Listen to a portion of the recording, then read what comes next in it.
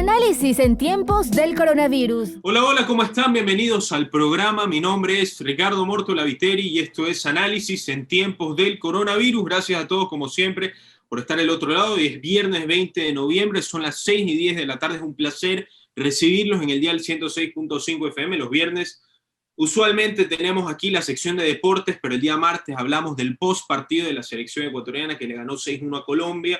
Así que tendremos hoy día programación habitual de política nacional e internacional, como tanto nos gusta.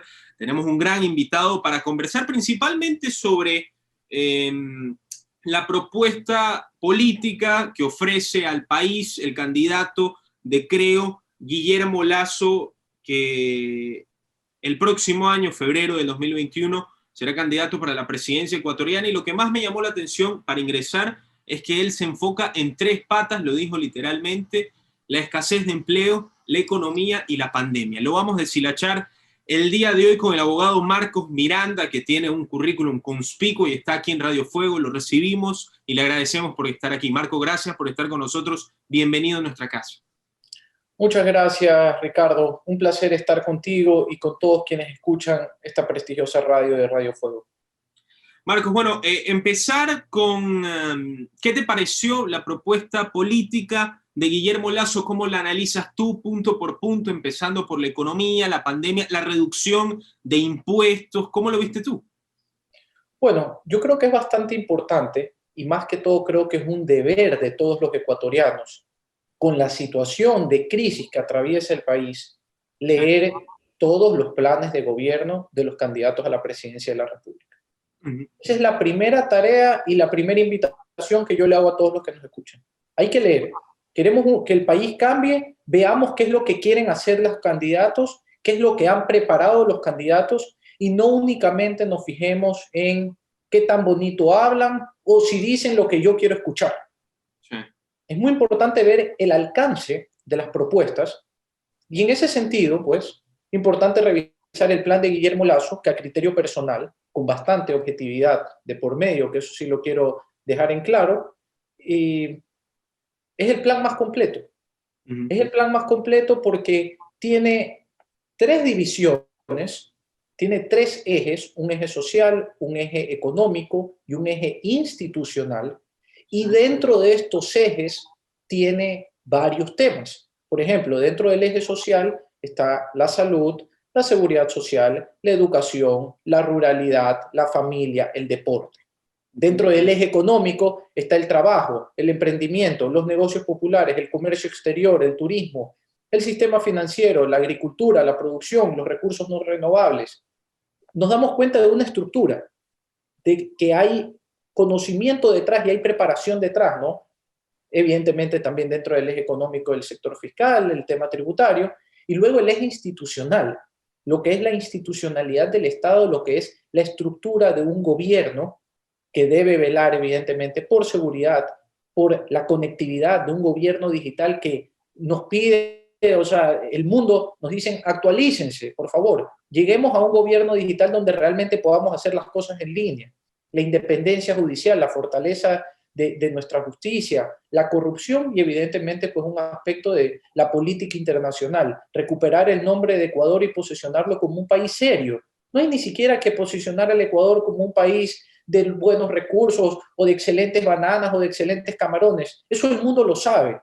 La mancha que todos tenemos es que tenemos un país de inseguridad jurídica, de corrupción y que hace mucho tiempo pues hemos estado prácticamente viviendo bajo un partido político que quería implementar en el país una dictadura.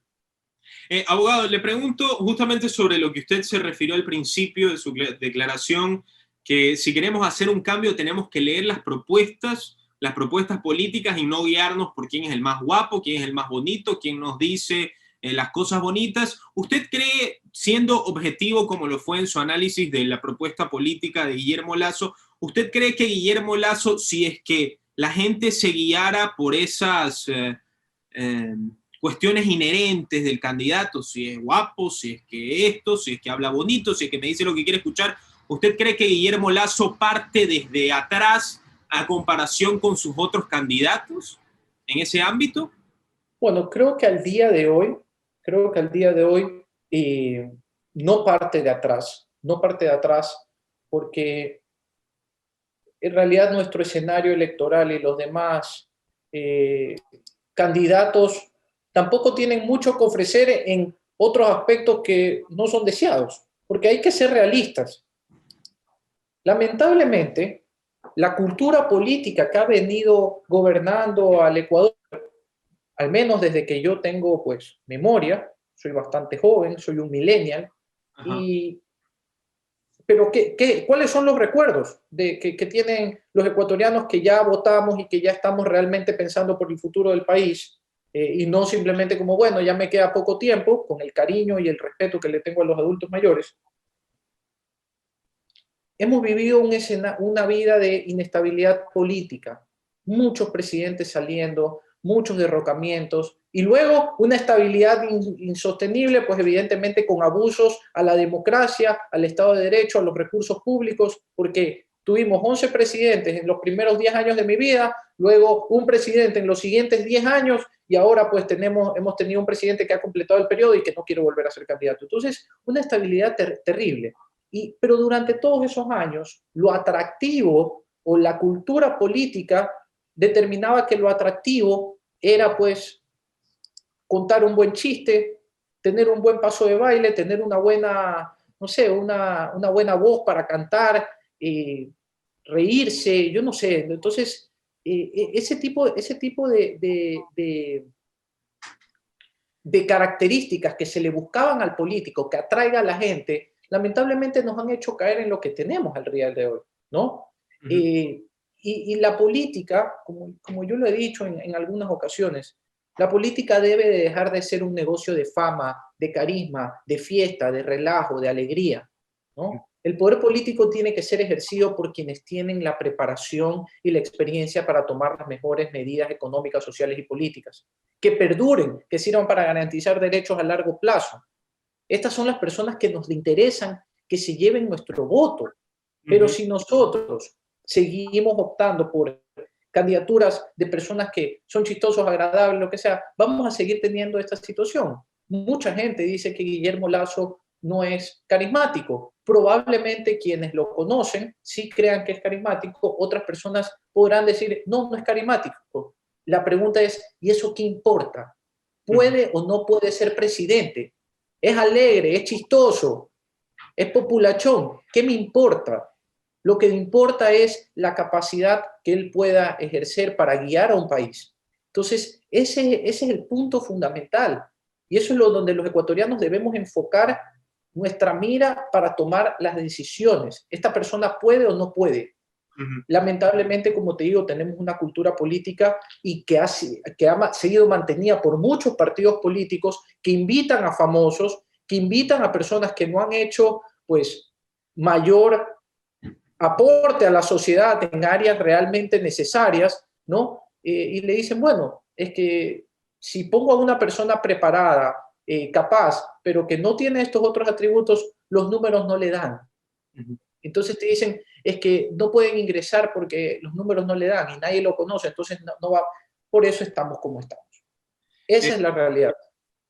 Abogado, justamente usted decía, pues se refería a los años de Rafael Correa como presidente, que potencialmente pudimos haber llegado a algo peor, o una potencial dictadura, como usted lo dijo. Pero le pregunto a usted, muchas personas aún así, lo que usted esté diciendo en este momento, van a votar por cuestiones superficiales o por cuestiones, o van a decir, bueno, está pasando esto, con Rafael estábamos mejor, están en todo su derecho, pero le pregunto a usted, volviendo a Arauz, volviendo a Rafael Correa, que dice que no va a aceptar un indulto, yo no lo creo, si es que volviese el correísmo al país, ¿cuáles serían los riesgos máximos que estaríamos arriesgando, como lo ha descrito Guillermo Lasso? ¿Cómo lo describiría usted? Bueno, primero, como en efecto lo digo yo, para mí Rafael Correa fue un dictador disfrazado de presidente. Así de sencillo. Todo lo que se vivió en esa época fueron actos propios de una dictadura, fueron actos propios de un régimen extremadamente autoritario, que probablemente a criterio de él le habrá faltado tiempo para terminar de destruir al país. Enhorabuena, si es que fue así que le faltó tiempo. El peor escenario es bastante fácil. Tenemos que ver Venezuela, tenemos que ver la propuesta política y compararla. No es una cuestión, esto no es ciencia, pues, difícil o ciencia, yo no sé, del espacio para entenderla, sino ver las propuestas que se implementaron en Venezuela, ver lo que se quiere implementar aquí. Tenemos la ventaja todavía de tener el dólar, pero evidentemente sería un escenario catastrófico para el país. Y lo digo como un joven que realmente me he sentido preocupado por la política, que apenas cuando tenía 20 años empecé a escribir en Diario El Universo y recibí amenazas en la época del correísmo por escribir mi columna con apenas 20 años y decir que no estaba de acuerdo, y no me callé. Como consecuencia de ello, regresa un régimen de tales características y el país se cae. ¿Y por qué esta vez sí se cae? Porque esta vez ya no hay plata. Lamentablemente, a los más pobres del país se los quiso comprar. Y yo sí utilizo el término comprar, obviamente reconociendo, ¿no? Y siempre buscando, ¿no?, las medidas para que los ecuatorianos salgan de la pobreza, con dinero robado, que eso es lo que la gente no se da cuenta. Muchas personas, como usted bien lo dijo, estaban mejor en el correísmo. ¿Por qué? Cuando le preguntas, ¿pero por qué? Decían, es que me fijaban el precio del maíz en un poquito más. Te lo compraba el mismo Estado y terminaba pudriéndose. Con plata de todos te lo compraba. ¿Eso te parece correcto? Definitivamente que no. Luego, le daban los libros escolares a mis hijos, libros que establecían una ideología para que tus hijos sigan estas ideologías. ¿Te parece eso correcto? No. Es que construyeron el hospital y la escuelita de que está aquí a 2 cuadras, sin médicos especializados, sin medicinas y sin equipamiento. ¿De qué te sirve la infraestructura? No, es que ahora Lenin no pudo poner la infraestructura. No había la capacidad para mantener esas obras. Veamos el edificio de la justicia, aquí en Guayaquil. Un edificio abandonado, sin aire acondicionado, sucio. O sea, ¿por qué? Porque no existe la capacidad económica de tener, entonces, de mantener esos edificios. Y muchos dirán, pero antes era peor. Bueno, pero al menos antes no habían robado a tal magnitud como sí lo hicieron ahora. Esas ideas de que estaban mejor, se estaba regalando la plata y por eso vivimos la crisis que vivimos hoy. Esa es la realidad económica detrás de todo esto. Entonces, los ecuatorianos debemos entender que si seguimos dependiendo o estando a la expectativa de un gobierno que regale, de un gobierno que brinde subsidios, dádivas, ahora vemos este asunto de la renta básica vital, no sé qué es la cangrejada que se están inventando, el país nunca va a salir adelante, porque si el Estado se encarga a regalar los recursos, evidentemente la gente no va a trabajar, no va a haber productividad. Si no hay productividad, no hay generación de impuestos, no hay generación para pago de servicios, el dinero se acaba, escasea, no hay posibilidad de salir adelante. Solo la circulación de dinero con mayor producción, con mayor trabajo, con mayor productividad, porque el trabajo tiene que ser sinónimo de productividad, vamos a poder tener más recursos en el país y todos vamos a poder tener más dinero y mejores servicios públicos. Entonces sería catastrófico. Así es. Abogado, antes de seguir con el tema, pues le iba a preguntar de Álvaro Noboa y vamos a seguir con el tema de las elecciones presidenciales, pero le pregunto, ¿qué tipo de amenazas recibió usted durante la presidencia de Rafael Correa? Bueno, yo trabajé en algunos casos, era asistente legal en dicha época, y un día pues fuimos asaltados, varios del equipo de abogados que trabajábamos ahí. Y luego pues evidentemente mensajes de trolls, llamadas que que sobre mi último artículo iba a tener consecuencias, que yo no podía hablar así, ese tipo de cosas, ¿no? Evidentemente, sinceramente, en ese momento, por mi edad y por la fortaleza de un régimen, sí causaban miedo, pero nunca dudé de estar del lado correcto. Así que por eso continué. Y ya tengo más de 9 años ininterrumpidos escribiendo mi columna. ¿Y usted se guardó algún tipo, dado a estas amenazas en ese momento por el miedo que le causaron, se guardó algún tipo de declaración, se guardaba pues pensamientos íntimos y no los compartía por este tipo de amenazas?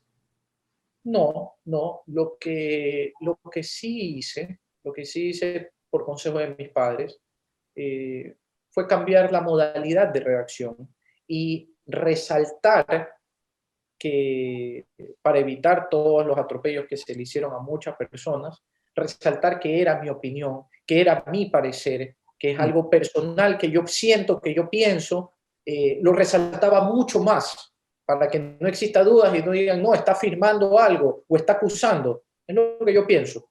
Esa fue la única medida personal que tomé en ese momento, Ricardo. Abogado, estábamos hablando detrás de cámara justamente de la potencial candidatura por el Partido de Justicia Social de Álvaro Noboa, que algunos dan todavía una ínfima posibilidad para que se dé, otros lo dan por muerto. Álvaro Noboa simplemente, pues, por lo que me han dicho varios analistas políticos de este programa, Daniel Molina, que estuvo en esta misma semana, que es consejero político, me parece, él me dijo a mí que si es que Alvarito entrase al juego de la presidencia, patearía completamente las encuestas que están y entraría directamente al juego. Yo creo que perjudicaría a Guillermo Lasso y a la unión de Guillermo Lasso y el Partido Social Cristiano que Álvaro Noboa ingresase, porque eso significaría que dividiría la posición, a pesar de que yo creo que Alvarito tendría más, abarcaría más votos de la izquierda incluso, tengo testimonios de primera mano. Pero antes de eso le pregunto, ¿existe la posibilidad de que Álvaro se lance a las próximas elecciones por justicia social? Bueno, definitivamente yo creo que las posibilidades del ámbito legal no existen. Muy bien. Y con relación al primer punto, si patea el escenario electoral, a mí realmente esas aseveraciones y esas interpretaciones me parecen sacadas de un cuento de hadas. No puedo darte una mejor explicación, porque si recordamos la última participación de Álvaro Noboa, en la cual sí estuvo Guillermo Lasso en la papeleta electoral, Álvaro Noboa sacó el 3%. Era contra el presidente al mando, que era Rafael Correa, y Guillermo Lasso sacó un 23%. Uh-huh. Guillermo, y partamos desde el año 2013. Álvaro Noboa le ganó Lucio Gutiérrez, le ganó Mauricio Rodas, y ahí estaba al ladito Alberto Acosta. Uh-huh. 2013. Desde 2013 hasta acá, lo que hemos visto de Álvaro Noboa han sido pues unos videos sin camiseta, recibiendo las olas del mar en Miami. Yo no me acuerdo de nada más. A diferencia de que de Guillermo Lasso hemos visto varios años de participación política. En el 2017, unas elecciones para muchos robadas, pero lo cierto es que el 49% del país como mínimo votó por él, y que ha continuado ese trabajo. Uh-huh. Que vaya a causar un efecto en lo de Guillermo Lasso, para mí es completamente irreal. O sea, hagamos la suposición de que Álvaro Noboa ingresase a la campaña política. ¿Usted cree que no sería un problema para Guillermo Lasso en lo que respecta a dividir la oposición de derecha? No, definitivamente que no. Y hay algo también importante mencionar, Ricardo. Esa concepción de derecha y de izquierda en nuestro país ya no tiene una definición. Uh-huh. Está demasiado quebrada y podrida las definiciones de derecha y de izquierda, que yo prefiero no utilizarlas. Porque cuando uno habla de derecha, hablan de capitalismo, prácticamente hablan de una cuestión que explotan al ser humano, porque claro, Correa dijo el ser humano sobre el capital, que el capital sobre el ser humano. Entonces ya quedó una cosa como de derecha es lo peor, te importa la plata y no las personas, y el socialismo y de izquierda parece que te importan las personas y no la plata. Uh-huh. Las dos cosas tienen que importar. Sí. Las dos cosas tienen que importar. Y evidentemente la plata tiene que importar para beneficiar a las personas. Pero tú no puedes decir, no, el Estado no nos interesa generar recursos, no nos interesa tener una economía dinamizada, moviéndose, trayendo, ingresando recursos, inversiones, porque simplemente pues por eso vivimos como estamos, ¿no? Y por eso vemos que Ecuador tiene uno de los peores indicadores de recibir inversión extranjera teniendo dólares. Es un absurdo, Ricardo. Entonces, si a mí me llegan a decir, ¿no? Este tema de va a mover el panorama de la derecha y de la izquierda, en Ecuador yo no sé ni qué es lo que se entiende por derecha e izquierda. Si a Guillermo lo quieren colocar como derecha y a Arauz como izquierda, bueno, colóquenlo como quieran, pero lo cierto es que hay que ver las propuestas. ¿Ya? Lo cierto es que hay que ver las propuestas. Y si las propuestas de Álvaro Noboa, que las va a sacar de la noche a la mañana, porque no estaba preparando una candidatura, porque él sabía que su partido no iba a poder tener un candidato presidencial, y ahora que se abrió esta posibilidad con Justicia Social, que es un partido aliado al correísmo, porque nadie puede negar que es un partido aliado al correísmo, dice, aquí voy a hacer, yo me meto ahí. Señor, usted tiene plan de gobierno, usted se está preparando para ser presidente. Todos sabemos la respuesta. Abogado, el juicio político de María Paula Romo es algo que ha hecho mucho eco y que ha dividido opiniones aquí en el país. ¿Cuál es la opinión suya sobre el juicio político de María Paula Romo? Bueno, primero, el cargo político de ministro de gobierno es un cargo extremadamente difícil. Es un cargo extremadamente que está siempre en el ojo del huracán. Problemas de seguridad, Ministerio de Gobierno. Problemas de la asignación del Ejecutivo a través de sus distintas ramas y de sus distintos ministerios, Ministerio de Gobierno. Hemos tenido antecedentes como lo de octubre y ahora estas denuncias, ¿no? Por la participación que tuvo el Ejecutivo en ciertas leyes, que las balas apuntan a ese cargo, indiferente que haya estado María Paula Romo o no.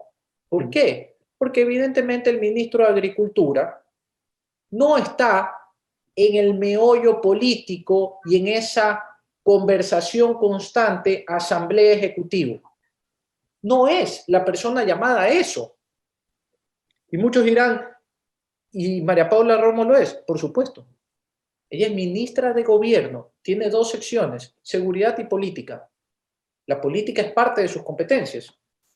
Entonces, naturalmente, los casos de corrupción en los cuales se ve involucrada, por ejemplo, el Ministerio de Salud Pública a través de sus hospitales, van a apuntar también a María Paula Romo. ¿Qué es lo que yo pienso personalmente? Creo que hay que darle un espacio a la justicia de realmente determinar y que existan pruebas reales sobre el llamado reparto. Para mí, las conversaciones, cuando se hablaba de un cargo, si mal no recuerdo, del gobernador de Manabí, yo creo que esas sí son conversaciones normales de un ministro de gobierno, puesto que abajo de ellos están los gobernadores. Entonces, tienes que saber quiénes los que van a estar. Y evidentemente Daniel Mendoza era parte del mismo partido político. Entonces uno coge a los allegados, no coges al enemigo y no coges a un desconocido. Entonces, saber nombres, saber personas que puedan ejercer esos cargos, creo que es parte de una conversación y creo que es parte de algo normal que el Ejecutivo, porque el Ejecutivo debe nombrar a los gobernadores. No con esto le estoy defendiendo, solo digo, hay que interpretar las cosas como son y ver la base legal para ver si lo que estaban haciendo al menos se enmarca dentro de sus competencias o en lo absoluto. Otra cosa es que tú me digas que la ministra de Gobierno participó y hizo una llamada diciendo adjudiquen un contrato a una persona. Tú dices, espérate un rato, eso es del Servicio Nacional de Contratación Pública y la entidad contratante era otra entidad. Ahí yo veo un problema. Por eso creo que es anticipado, ¿no? Mis criterios son jurídicos, ¿no? Entonces, es anticipado decirte si hay ahí algo de culpabilidad o no, puesto lo que yo veo, sinceramente, es que son acciones al menos enmarcadas dentro de la esfera de actuación del Ministerio de Gobierno, pero que hay que determinar si hubo algún tipo de delito contra la administración pública, ya sea cohecho, tráfico de influencias o lo que sea. Esos son temas que ya los tiene que determinar la justicia. Abogado, dos preguntas para terminar. La primera, volviendo al tema de Guillermo Lasso. Bueno, cuando se efectuó este matrimonio, por así decirlo, entre el Partido Social Cristiano y Creo, muchas personas alegaban que era un matrimonio por necesidad, más no por simpatía, ya que debían unir esa oposición que tan separada estuvo en las últimas elecciones, hace 4 años y hace 8 años. Si es que Cynthia Viteri no se hubiese lanzado hace 4 años, probablemente hubiese habido una segunda vuelta, Guillermo Lasso hubiera ganado las elecciones, pero se quedó en una suposición. Ahora se une esta oposición de derecha, que a usted no le gusta llamar así, pero así se la llama usualmente o generalizando, pero la gente pues se pregunta, si es que Lasso llegase al poder, ¿cuál va a ser la actuación o cómo va a ser la química entre esta unión o entre esta amigabilidad entre estos dos partidos? Porque seguramente, como los asambleístas van por separado, Jaime Nebot, como patrón del Partido Social Cristiano, velará por los intereses de su partido, por más que Guillermo Lasso ya esté en el partido, y Guillermo Lasso velará por los intereses de los asambleístas de Creo. Entonces, esta unión, si es que Lasso llegase al poder, podría terminar siendo una separación inmediata, inminente, porque los dos determinan un mismo elector, los dos se llevan al mismo elector, al mismo que vota por el candidato. Entonces, ¿cómo se conllevaría esto? ¿Cómo usted ve o cómo leería este matrimonio ya en juego, ya en partido? Bueno, primero, si el matrimonio es por amor o necesidad, es un excelente matrimonio. Y lo importante es el objetivo. El objetivo es la presidencia de la República y que no llegue un socialista y que no llegue alguien que vaya a destruir lo poco que nos queda del país. Eso es lo importante. Ese es el objetivo uno. Luego, lo han dicho públicamente, hay políticas de Estado, económicas, sociales, lo que sea, que dicen no estar de acuerdo. Qué bueno que no estén de acuerdo. Y qué bueno que vaya a haber debate en la Asamblea entre asambleístas del Partido Social Cristiano y de Creo. Qué bueno. Yo no lo veo en lo absoluto mal. Si esto va a significar un quiebre, reconociendo que la alianza es exclusivamente para el poder ejecutivo y no el poder legislativo, yo creo muy oportuno que veamos lo que se ha acordado, y si el acuerdo es para el Poder Legislativo, apóyense en las decisiones del Legislativo. Luego, en la Asamblea, si se van a matar, se matan. Lo cierto es que llegaron juntos. Si salen juntos por problemas del Ejecutivo, bueno, pero si no, y si es por problemas del Legislativo, ¿qué puede pasar? Yo creo que en realidad sí va a haber acuerdos sobre las principales reformas que intenta presentar Guillermo Lasso. Yo estoy convencido de ello. Así que ojalá sea así, y por el bien del país y por el bien de la gobernabilidad. Porque recordemos que el próximo gobierno es un gobierno que necesita cambios. Y es un gobierno que necesita implementar en el primer minuto bastantes reformas de distintas índoles para que este país pueda agarrar algo de aire.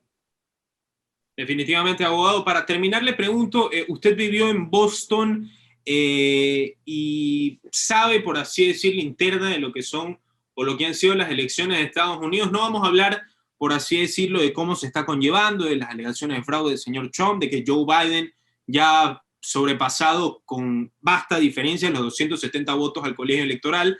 Pero le pregunto, en los ámbitos de acuerdos de libre comercio de Ecuador con Estados Unidos, ¿qué beneficiaría o cuál sería la diferencia entre que un candidato u otro, sea Trump, conservador, republicano, que ha instaurado una economía a ojos de todos increíble antes de la pandemia del coronavirus, favoreciendo a todo lo contrario de lo que dicen los medios de comunicación? Los afroamericanos, las mujeres y los latinos nunca han tenido una tasa de desempleo más baja en la historia.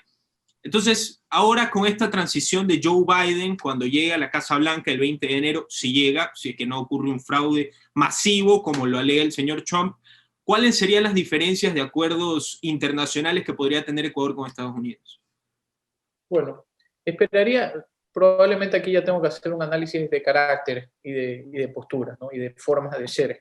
No es lo que me corresponde, pero en todo caso, yo creo que Ecuador necesita un acuerdo con Estados Unidos.